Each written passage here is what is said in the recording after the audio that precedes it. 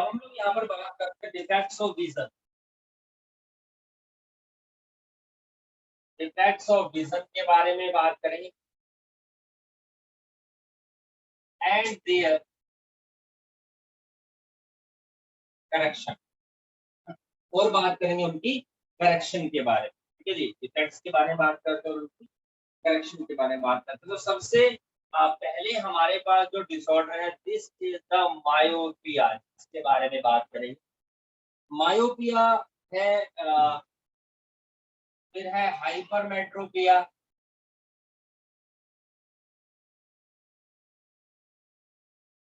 फिर है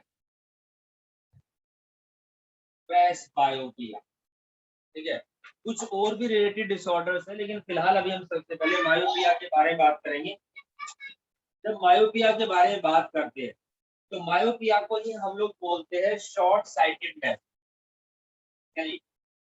short sightedness, तो शॉर्ट साइटेड मतलब कि पास का ही, शॉर्ट का ही दिख रहा है, दूर का नहीं दिख रहा। शॉर्ट साइटेडनेस का मतलब होता है कि पास का ही दिख रहा है, दूर का नहीं दिखाई दे रहा। उसी को हम लोग यहाँ पर क्या बोलते हैं, शॉर्ट साइटेडनेस। यानी कि it is a defect in of vision in which due to which a person cannot see the distant object clearly, he can see the nearby objects clearly। यानी कि able to see nearby object clearly only, सिर्फ उसे पास का ही object थोड़ा सा साफ दिखाई देगा, दूर के ऑब्जेक्ट को नहीं देख सकते। तो इस केस में हम लोग क्या देखते हैं, समस्या बेसिकली होती क्या है कि हमारा जो मैक्सिमम पॉइंट है, जो फारदेस्ट पॉइंट है, वो कितना, इंफिनिटी है। But the far point of an eye suffering from myopia is less than infinity. समस्या क्या होती है कि जो फारदेस्ट पॉइंट होता है इसका, है ना, जो फार पॉइंट है इज लेस देन इंफिनिटी। ये हमारा इंफिनिटी से कम होता है, लेस देन इंफिनिटी, इंफिनिटी से कम होता है। तो अब ऐसा क्यों होता है, कैसे होता है, किस तरीके से होता है? तो इसमें बेसिकली इसका क्या होता है कि कुछ ही मीटर का जो डिस्टेंस का गैप होगा वो उसको क्लियरली देख पाएगा, बहुत ज्यादा दूर की चीज उसको क्लियरली विजिबल नहीं होती। इसी को मायोपिया या शॉर्ट साइटेडनेस बोलते हैं। और इसका कारण क्या है, कॉजेज। तो सबसे पहला case, due to high converging power, due to high converging power of eye lens. Eye lens की जो हम देखते हैं कन्वर्सिंग पावर काफी ज्यादा हो जाती है, और अगर कन्वर्सिंग पावर ज्यादा होती है तो इसका मतलब फोकल लेंथ कैसी होगी, शॉर्ट होगी या लॉन्ग होगी हमारे पास?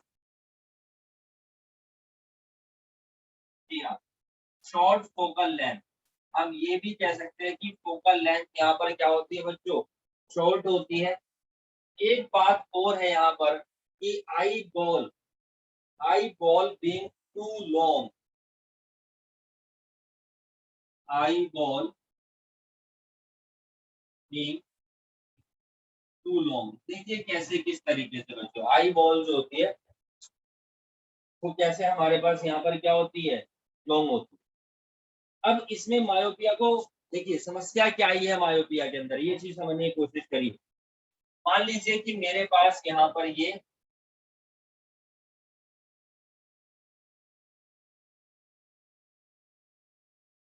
आई है, ठीक है, दिस इज द आई, और इसके अंदर यहाँ पर ये लेंस लगा हुआ। अब मैं कह रहा हूँ कि कोई भी डिस्टेंट ऑब्जेक्ट अगर क्लियरली विजिबल नहीं है, डिस्टेंट ऑब्जेक्ट से जो इंसिडेंट रे आती है वो हमेशा पैरेलल आती है। अब मैं कह रहा हूँ कि इनकी कन्वर्जिंग पावर ज्यादा है, तो यानी कि ये लाइन कन्वर्ज होनी चाहिए, कन्वर्ज होकर कायदा तो कहते हैं रेटिना पे मीट हो, लेकिन ये क्या होती है, इससे पहले ही मीट हो जाती है, यहाँ पर मीट हो गई। समझे, कन्वर्जिंग पावर ज्यादा है कि यानी ये यहाँ पर मीट हो गई, इनको रेटिना के ऊपर मीट होना था, दैट इज द इशू। तो ये हमारे पास कन्वर्जिंग पावर ज्यादा है, जिसकी वजह से रेटिना से पहले ही मीट कर गई, जिसकी वजह से हम देखते हैं कि ऑब्जेक्ट क्लियरली विजिबल नहीं होता। यानी का eyeball being too long, eyeball being too long. ठीक है, अब इसको करेक्ट करने के लिए हम लोग यहाँ पर करते क्या, देखो कोई भी मायोपिक आई है, image of distant object is form in front of the retina. ठीक है, रेटिना के सामने बन गई। अब हमें चाहिए क्या होना कायदे से ये चाहिए कि ये यहाँ पर मीट करनी चाहिए, ये यहाँ पर मीट करनी चाहिए। अब इस काम को करने के लिए हम लोग यहाँ पर करते क्या है, हम लोग यहाँ पर इसको करेक्ट करने के लिए एक लेंस लगा देंगे बच्चे। मैं दूसरे पेन से दूसरे कलर से ड्रॉ कर रहा हूँ ताकि आप लोगों को समझ आए। हम यहाँ पर इनकी कन्वर्जिंग पावर को कम करना चाहते हैं, यानी लेंस लगाएंगे। कौन सा lens? Diverging lens. Diverging lens कौन सा होता है? Concave lens. तो मैं यहाँ पर कॉनकेव लेंस लगा दूंगा। मैं यहाँ पर जब कॉनकेव लेंस लगाऊंगा तो हम लोग यहाँ पर क्या देखेंगे, कॉनकेव लेंस लगाने के बाद यही जो इंसिडेंट आ रही है, ठीक है, कैसे होगी, पहले ऐसे होता है, यहीं से आपकी डाइवर्ज हो जाएगी। ये देखिए डाइवर्ज हो गई भाई, यही ब्लैक वाली रे यही आए और डाइवर्ज हो गई। ठीक है, और उसके बाद अब ये कहाँ मीट कर जाएगी, मेरे पास रेटिना के ऊपर मीट कर जाएगी। So that is the system. ठीक है, इस तरीके से मायोपिया जो है करेक्ट की जाती है by using specs containing concave lens. इसके अंदर कॉनकेव लेंस होता है। सुटेबल पावर का लेंस हम लोग लगाएंगे कि कितना कन्वर्ज करना है ना। तो whole purpose of using a concave lens here is to reduce the converging power. Converging power को हम लोग यहाँ पर कम कर रहे हैं।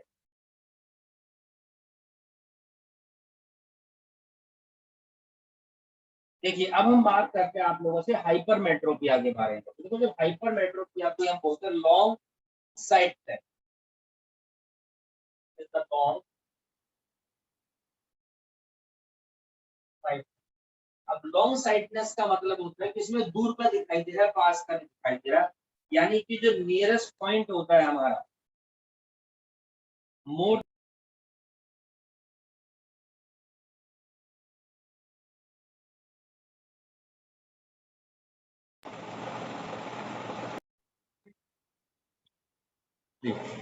तो लॉन्ग साइटेडनेस इसका मतलब क्या है यहाँ पर, कि it is a defect of vision due to which a person can not see the nearby objects clear. इसके अंदर क्या होता है, can't see the nearby object clearly. हम नियर बाय ऑब्जेक्ट्स को यहाँ पर क्लियरली नहीं देख पाते हैं। We can see the distant object clearly, लेकिन नियर बाय ऑब्जेक्ट क्लियरली यहाँ पर सीन नहीं होता। यानी कि जो नियरेस्ट पॉइंट होता है hypermetropic eye is more than 25 centimetre available. ठीक है, यानी कि a person has to hold the reading material, कोई भी बुक वगैरह कुछ भी है, at an arm length much beyond 25 centimetre from the eye of comfortable reading. तो हाइपरमेट्रोपिया बिल्कुल एक तरीके से अपोजिट है मायोपिया। ठीक है जी। तो हम लोग यहाँ पर देखते हैं कि जो नॉर्मल डिस्टेंस होता है 25 सेंटीमीटर, उसको वो विजिबल नहीं होगा, उसको दूर रखना पड़ेगा। देखा हो कुछ लोग ऐसे पढ़ते ही उसको यूं करके टेढ़ा करके ऐसे पढ़ते हैं। तो यानी कि जो नियरेस्ट पॉइंट होता है, नियरेस्ट पॉइंट 25 सेंटीमीटर से ज्यादा हो जाता है इस बीमारी में, हाइपरमेट्रोपिक आई के अंतर्गत। अब ये क्यों हो रहा है, कैसे हो रहा है, व्हाट इज द कॉज, कारण क्या है इसका बच्चों। तो एक तो due to low converging power, first due to low converging power. इसकी जो कन्वर्जिंग पावर है यहाँ पर वो लो है, बात नंबर एक। ठीक है जी, eye length because of its large focal length, क्योंकि फोकल लेंथ हमारे पास इसके यहाँ पर लार्ज है, and due to eyeball being too short, eyeball being too short. कैसे क्या होता है देखिए किस तरीके से होता है, मैं सारे के हिसाब से बना कर देता हूँ। लेंस की आई, अब इसमें ऑब्जेक्ट नियर बाय ऑब्जेक्ट है, तो नियर बाय ऑब्जेक्ट से हमेशा डाइवर्टिंग रेज आती है, पता आप सकती है। इस तरीके से इंसिडेंट हुई नियर बाय ऑब्जेक्ट से। अब मैं कहता हूं कि इनकी कन्वर्जिंग पावर कम है, यानी इतनी जल्दी कन्वर्ज नहीं होती। ये देखिए, ये रेटिना से पीछे मीट करेंगी। ये क्या होती है, रेटिना से पीछे मीट करती है, जबकि क्लियरली होना क्या चाहिए, वो यहाँ पर मीट करनी चाहिए अपनी रेटिना के ऊपर। तो हम लोग यहाँ पर क्या देखते हैं, नियर पॉइंट जो होता है इसमें आई का ये है ना जी। तो हमें इसको कैसे कन्वर्ट करना पड़ेगा, हम यहाँ पर इसके अंदर जो है इस बार अपना कौन सा लेंस का कॉन्वेक्स लेंस लगा देंगे बस।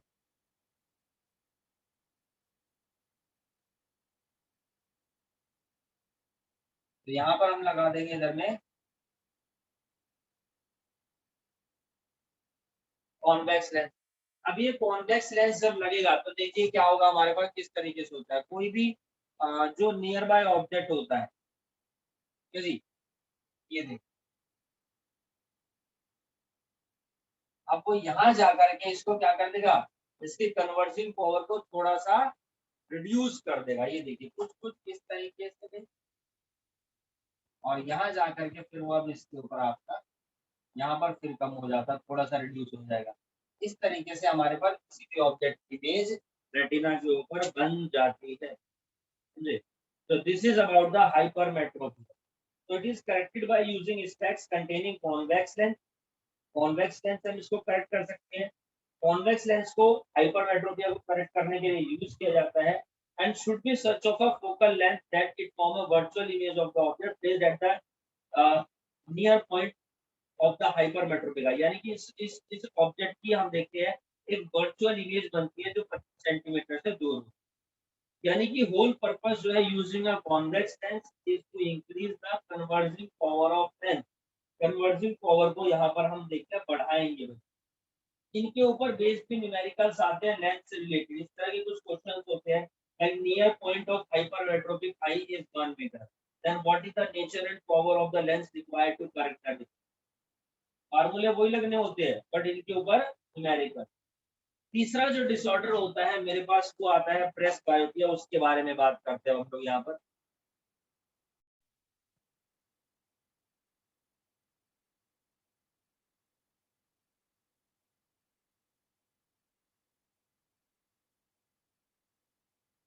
अब हम बात करते हैं बच्चों यहाँ पर प्रेस बायोपिया के बारे में।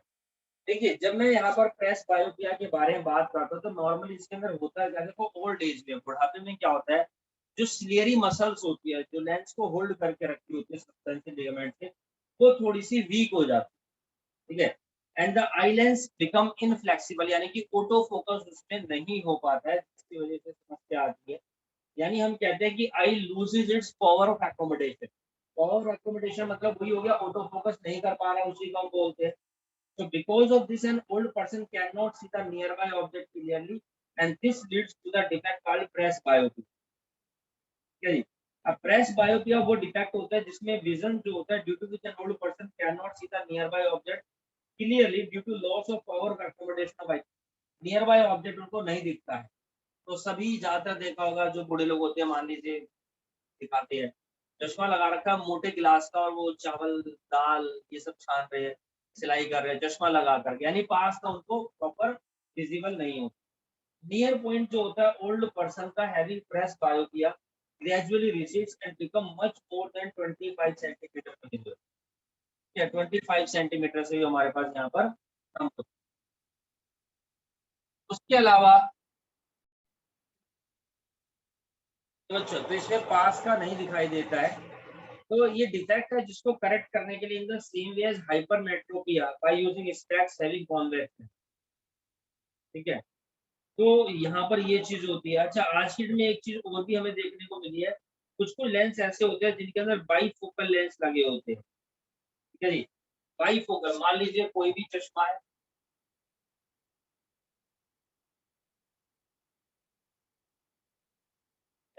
अब इसके अंदर दो तरीके के लेंस लगे। मान लीजिए दूर का ऑब्जेक्ट देखना है, ठीक है जी, तो ऊपर हम लगाएंगे कॉनकेव लेंस, ठीक है जी। और नीचे हम लोग रीडिंग पर्पस वगैरह के लिए लगाते हैं कॉन्वेक्स लेंस फॉर रीडिंग।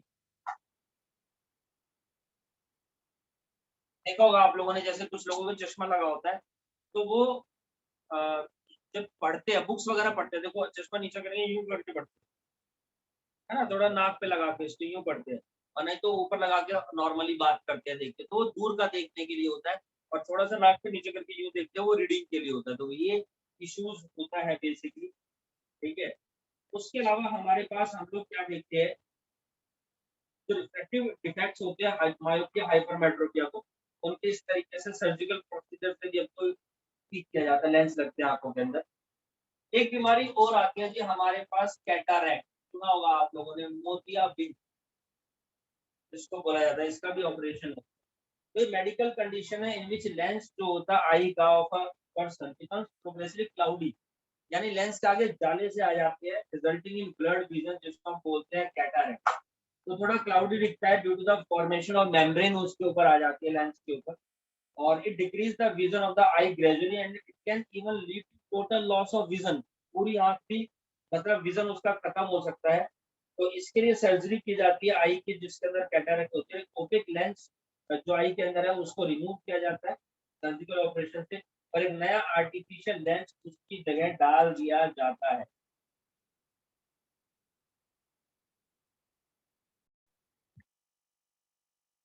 अब बात आती है why do we have two eyes for vision not just one, vision के लिए हमारे पास दो आंख, ठीक है, हमारे पास एक ही आंख क्यों नहीं, भगवान ने एक आंख, दोनों आंख की एक ही आंख दे रहे थे।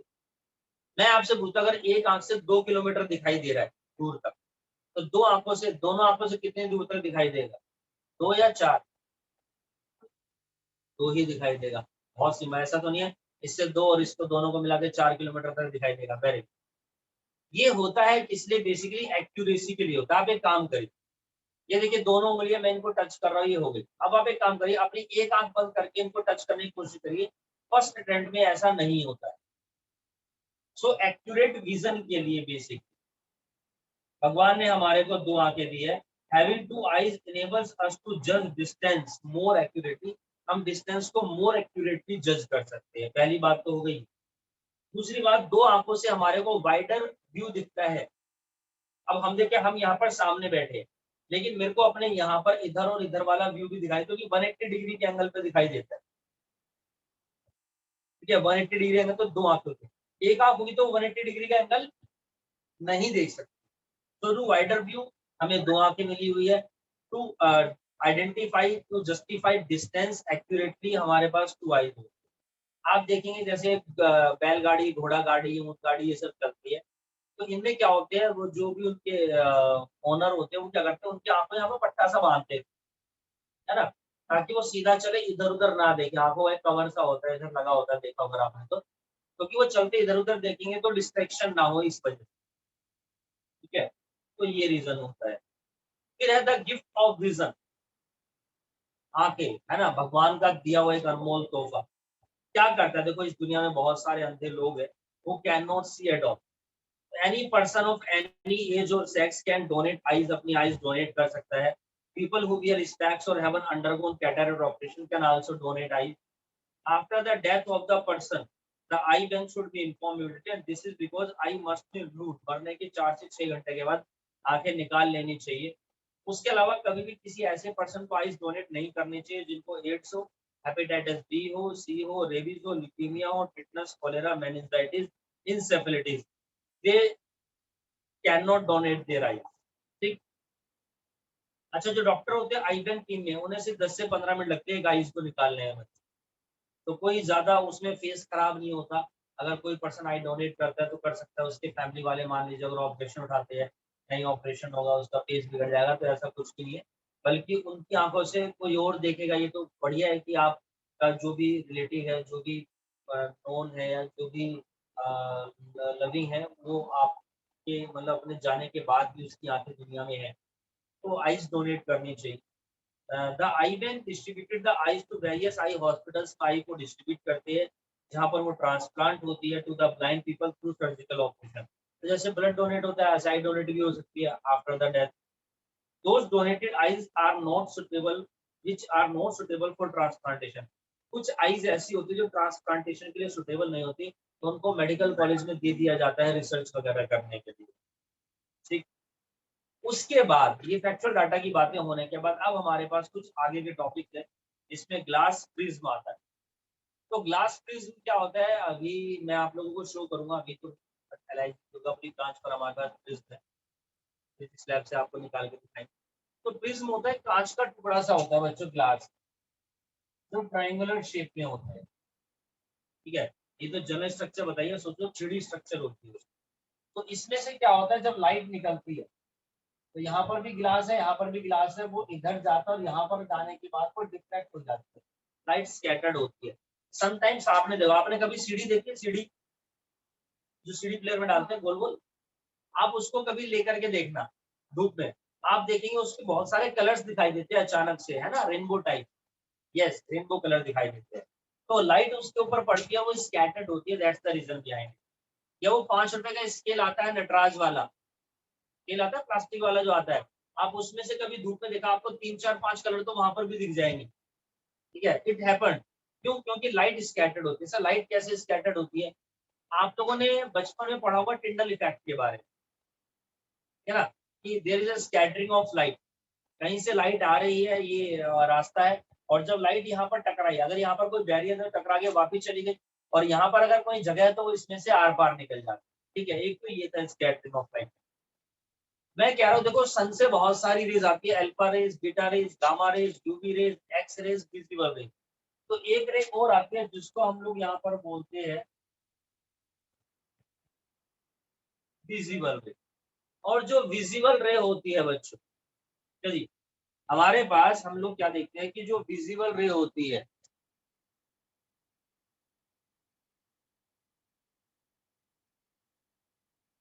इसकी वेवलेंथ होती है 400 टू 700 नैनोमीटर।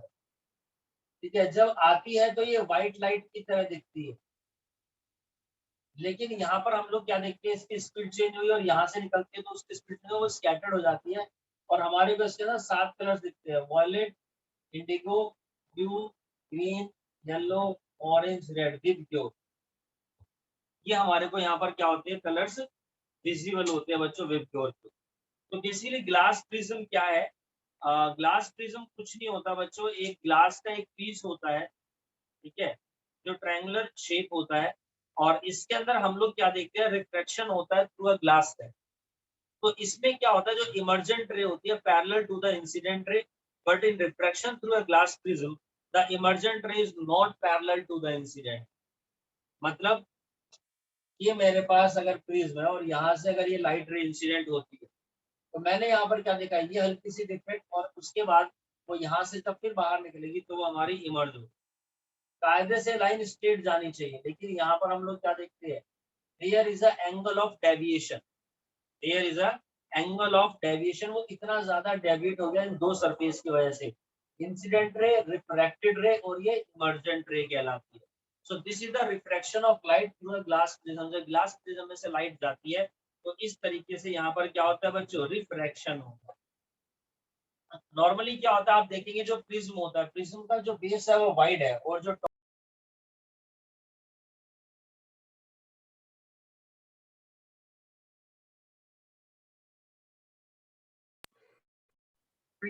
एक बातें हैं, कुछ टर्म्स है, कुछ टॉपिक्स है जो इससे रिलेटेड है, उसका एक राइटिंग पैराग्राफ भी मैं आप लोगों को सेंड करूंगा, कुछ क्वेश्चन। जैसे हमारे पास अब इस चैप्टर के अंदर है एटमॉस्फेरिक रिफ्रैक्शन के फिनोमिनन। एटमॉस्फेरिक रिफ्रैक्शन यानी हमारे को बाय डिफॉल्ट नेचर में एटमॉस्फेयर में कुछ ऐसे रिफ्रैक्शन फिनोमिनन देखने को मिलते हैं, जैसे कि ट्विंकलिंग ऑफ स्टार्स, सितारे जो होते हैं वो टिमटिमाते हैं।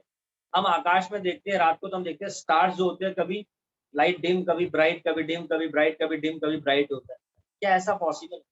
नॉर्मली दिवाली की लाइट में आता है ना, जो घरों में लड़ी लगाते हैं उनमें से ऐसा होता है, कभी लाइट जल रही है, बुझ रही है, जल रही है, बुझ रही है, डिम और फास्ट हो रही है, इफेक्ट्स वगैरह के लिए, है ना, उसमें अडेप्टर होता है, उसमें सेटिंग होती है।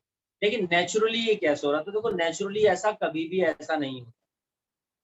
होता क्या है कि वो स्टार्स हमारे को टिमटिमाते हुए दिखाई देते हैं due to the reflection of light. देखो, स्टार से जो लाइट आती है हर तक पहुंच रही है, हमारे आंखों तक पहुंच रही है, लेकिन बीच में हम लोग क्या देखते हैं, एयर की एक लेयर होती है। ठीक है, एयर तो है, और एयर की एक लेयर है जहां पर कहीं कहीं पर हम देखते हैं एयर के अंदर गैसेस की कंडेंसेशन ज्यादा है, कहीं पर कम है, यानी कहीं पर मीडियम रेयर है एयर के अंदर ही और कहीं पर वो डेंसर है। Is it possible? यस। तो हमारे को देख ऐसा लगता है देखने में, एक बार के विजन में क्या होता है कि स्टार हमारे को इस पोजीशन पर दिखाई देता है, लेकिन जब वो आगे बढ़ता है उस लेयर को क्रॉस करता है तो वो मेरे को यहाँ दिखाई देता है, कभी यहाँ कभी यहाँ कभी यहाँ कभी यहाँ, तो जिसकी वजह से वो ट्विंकलिंग करता हुआ दिखाई देता है। आप एक काम करिए, आपके घर में लाइट लग रही होगी, ट्यूबलाइट लग रही होगी, आप उसकी तरफ कैसे देखिए, आप नॉर्मल देखेंगे और फिर अपनी आंखें बंद करिए, खोलिए और इस प्रोसेस को बहुत फास्ट कर दीजिए, आप देखेंगे सब कुछ ट्विंकलिंग हो रहा है। आप नॉर्मल रूम में बैठे तब भी ऐसा करके देखेंगे, ऐसा लग रहा है कि लाइट जो है ट्विंकलिंग कर रही है, बट एक्चुअल में ऐसा नहीं है। ये रिफ्रैक्शन ऑफ लाइट के कारण होता है बेसिकली, क्योंकि the twinkling of star is due to the atmospheric refraction of star light.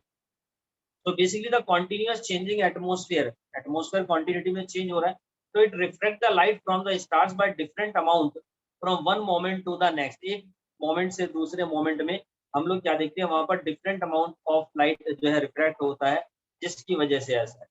तो स्टार लाइट रीचिंग आवर आई, जो स्टार की लाइट होती है हमारी आंखों में पहुंच रही है, and decreases continuously due to atmospheric reflection and the stars appear to twinkle at night.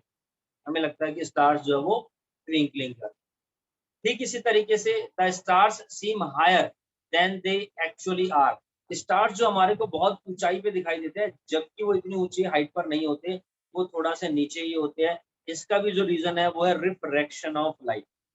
एक टॉपिक और होता है advance sunrise and delay sunset, यानी सूरज बेसिकली उगने से पहले ही हमारे को 2 मिनट पहले दिखाई दे जाता है और छिपने के बाद भी हमारे को 2 मिनट तक दिखाई देता है। आप देखेंगे आसमान में क्या होता है, लाल लाल होता है शाम को, वो लालिमा सी रहती है सूरज की छिपते हुए, ठीक है ना, सूरज के छिपने के बावजूद भी। तो सनसेट डिले होता है और एडवांस सनराइज होता है, लगभग 2 मिनट का गैप होता है। We can see the sun about 2 minutes before the actual sunrise and 2 minutes after the actual sunset because of atmospheric refraction. ये कहानी भी हमारे पास यहाँ पर एटमॉस्फेरिक रिफ्रैक्शन के कारण ही होती है। ठीक, उसके बाद है जी scattering of light. Scattering of light मैंने आपको बताया, लाइट स्कैटर्ड होती है, टिंडल इफेक्ट वाला इफेक्ट जो होता है। और टिंडल इफेक्ट कैसे काम करता है, किस तरीके से काम करता है कि जो मान लीजिए लाइट है, यहाँ से लाइट मारेंगे तो यहाँ पर जो अगर बैरियर है तो टकरा के वापिस चली जाएगी, स्पेस है यहाँ से वो लाइट आर पार निकल जाती है। जैसे आप कभी दिन में जाइए पार्क वार्क में, है ना, जब धूप निकल रही हो पार्क में, आप पेड़ों की तरफ ऊपर देखेंगे तो वहां से कहीं से लाइट आ रही है और कहीं से नहीं आ रही। एक छोटी सी वीडियो मैं आपको ग्रुप में सेंड कर दूंगा टिंडल इफेक्ट, ठीक है, मेरी बनाई वीडियो समझ में आ जाएगी। फिर आता था colour of scattered light depends on the size of scattering particle. हाँ, देखो जो लाइट स्कैटर्ड होती है वो डिपेंड करता है size of the scattering particles के ऊपर। स्कैटरिंग पार्टिकल्स का साइज जो होता है वो छोटा होना चाहिए, अगर बड़ा होगा तो वो बैरियर से टकरा ही जाएगा, फिर तो रिफ्लेक्ट ही हो जाएगा। स्कैटर्ड, देखो स्पेस कम है, पार्टिकल यहाँ से आर पार निकल जाएंगे, तभी तो स्कैटर्ड होते हुए हमारे को दिखाई देंगे बेसिक। फिर आता question why the sky is blue. Sky जो होता है वो ब्लू कलर का क्यों होता है, तो देखते हैं हम लोग यहाँ पर। देखो VIBGYOR, violet, indigo, blue, green, yellow, orange, red, ये कलर निकलते हैं। ठीक, अब आपको पता है जो रेड कलर होती है उसकी वेवलेंथ ज्यादा होती है, तभी हम उसको रेड लाइट में डेंजर सिग्नल के अंदर यूज करते हैं, यानी कि रेड कलर दूर से ही दिखाई दे जाता है। अब सोचो जो कलर दूर से दिखाई दे रहा है, यानी वेवलेंथ मतलब वेव की लेंथ यानी वेवलेंथ, तो रेड कलर की वेवलेंथ ज्यादा है, वो दूर तक दिखाई दे रहा है, यानी कि आर पार निकल गया। ठीक है, ये बैरियर है, यहाँ से व्हाइट लाइट आई, रेड कलर आर पार निकल गई, बिल्कुल दूर तक चली गई। ठीक है जी, विबग्योर। तो यहाँ पर हम लोग क्या देखते हैं, जो violet, indigo, blue, green, yellow, orange, red है, रेड की वेवलेंथ सबसे ज्यादा, फिर इसकी इससे कम, ऑरेंज की, फिर येलो की कम, ठीक है, फिर ग्रीन की कम। तो आपने देखा होगा यही कलर बेसिकली रेड लाइट में यूज किए जाते हैं, रेड है, येलो है और ग्रीन। सर ऑरेंज की वेवलेंथ कम है, ऑरेंज क्यों नहीं यूज करते? कुछ लोगों को कलर ब्लाइंडनेस का इश्यू होता है, जिसकी वजह से वो कलर को आइडेंटिफाई नहीं कर पाते, इस वजह से हटाया गया है। फिर आते हैं देखो जी ब्लू, इंडिगो, वॉयलेट। तो वॉयलेट है, इंडिगो है, ब्लू है, इनकी वेवलेंथ कम है और लगभग लगभग सिमिलर से। तो हम लोग क्या देखते हैं, ये एयर के पार्टिकल में एक तरीके से मिक्स हो जाते हैं। जिनकी वेवलेंथ ज्यादा देखो वो तो दूर तक निकल गई, और जो यहाँ पर जिनकी वेवलेंथ कम है धीरे धीरे आई, धीरे धीरे बैरियर से आगे निकल गई, तो यहाँ निकलते वो फैल गई। तो जो फैलेगी वही तो हमारे को दिखाई देगा कलर। तो ब्लू कलर जो वहां पर फैल जाता है, जबकि बाकी कलर जिनकी वेवलेंथ ज्यादा वो तो बहुत सीधे निकल गए, दूर तक निकल गए, तो उनकी वेवलेंथ ज्यादा थी। तो जो कलर फैलेगा हमारे को उसी कलर का वो दिखता है, तो that's the reason behind it कि स्काई इज ब्लू। तो scattering of blue component of the white sunlight by air molecule present in the atmosphere causes the blue colour of the sky. ठीक है, अर्थ का कोई भी एटमॉस्फेयर नहीं होता है, अर्थ के ऊपर हम लोग क्या देखते हैं, एयर होती है। There would have been no scattering of sunlight at all. In that case, no light from the sky would have entered our eyes and the sky would have looked dark and black to us. कई बार क्या होता है, आसमान जो होता है, सितारे वो जो होता है हमारे को रात को ब्लैक दिखाई देता है, आसमान काला होता है। ऊपर जाएंगे तो काला होता है क्योंकि वहां पर कोई भी एटमॉस्फेयर नहीं है दोस्त, तो वहां पर कोई डिफ्रैक्शन नहीं हो रहा है, किसी भी तरीके का रिफ्रैक्शन नहीं हो रहा है। That's the reason behind it. In outer space the sky looks dark and black instead of blue. एक क्वेश्चन और आता है, why the sun appears red at sunrise and sunset. वो रेड क्यों दिखाई देता है? This is the question for you. ये क्वेश्चन आपको करना है, कुछ क्वेश्चंस मैं होमवर्क में दे रहा हूँ, तो क्वेश्चन लिखिए आप।